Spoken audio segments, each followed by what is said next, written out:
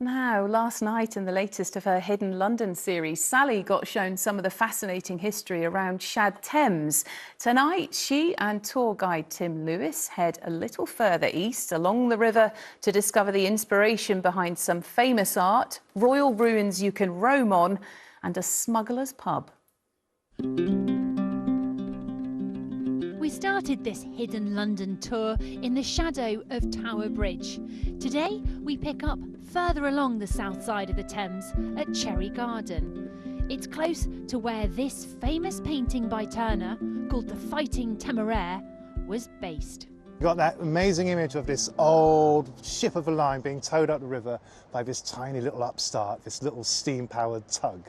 And it was painted just here as it came up. Yeah. It was his most favourite, cherished painting. Was it? So he never ever sold it. And wherever he moved in his later years, it went with him. What a story. Isn't that cool? Tim, who's a tour guide and broadcaster, next takes me east along the river to a set of statues of a remarkable family, where each member has their own powerful story.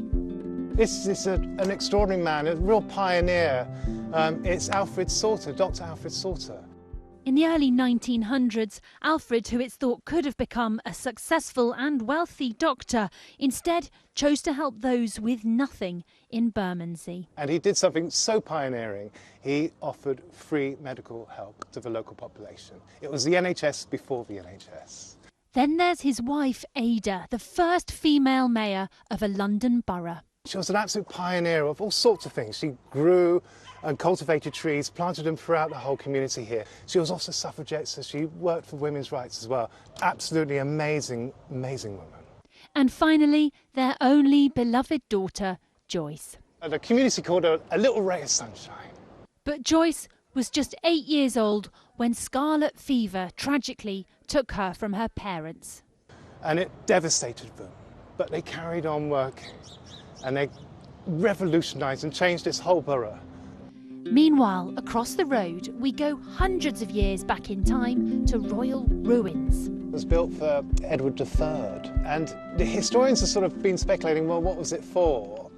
And they have made the assumption that it was for falconry, which was a super popular thing amongst the elite in the Middle Ages. Right. And it was on the river, and there were marshes all around, so it would have been a perfect place to fly your bird. What I also love about this, though, is that you can just walk on it. Like, this is a relic of one of our monarchs, and you can walk on it. I know. I think the present-day one should open up Buckingham Palace a bit more, shouldn't it? Yeah, that would be nice. Finally, a few paces away, there's an ancient pub called the Angel, which surely has a tale or two to tell. It's been here since around the 1600s, and it's got a wonderful affiliation with smuggling. Oh. Yes, a bit of tobacco, a bit of brandy, and you could come in and smuggle it underneath. And there's even a trapdoor in this pub where they would have come in. So there you have it, another hidden history, bringing together people and paintings, royalty and the river. Tim, if you could sum this bit of London up in one word, what would it be? Connected.